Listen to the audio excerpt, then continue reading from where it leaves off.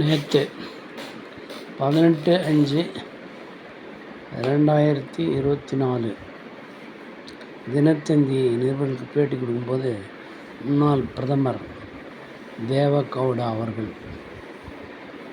அவருடைய பேரன் பிரஜ்வல் ரேவண்ணா என்பவர் பற்றி சொல்கிறார். பாலியல் பலாத்கார வழக்கில் தவறு செய்தால் சட்டம் தன் கடமை செய்யட்டுன்றார். சட்டப்படி தண்டனை கொடுக்கட்டுன்றார். இதெல்லாம் எப்போ தெரியுமே. சட்டப்படி தண்டனை கொடுக்கணும்னு அவர் தான் சொல்கிறது. அவர் நம்ம தப்பாக சொல்ல. பிரஜ்வல் ரேவண்ணா வெளிநாட்டுக்கு போனார். ஜெர்மனிலேருந்து வர்றது 2 தடவை டிக்கெட்டை கேன்சல் பண்ணுறாரு. தப்பு செய்யாதவர் ஏன் பயப்படணும்?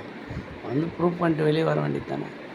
3000 சிடிகளுக்கு மேலே ஆபாச கேஸ் எடுத்து வச்சுருக்காரு. பல பெண்களுடைய இதில் வாழ்க்கையில் விளையாடுகிறார் குற்றச்சாட்டு. அவருடைய தந்தையும் அதே போல தான். அவருக்கு ஒரு வழக்கில்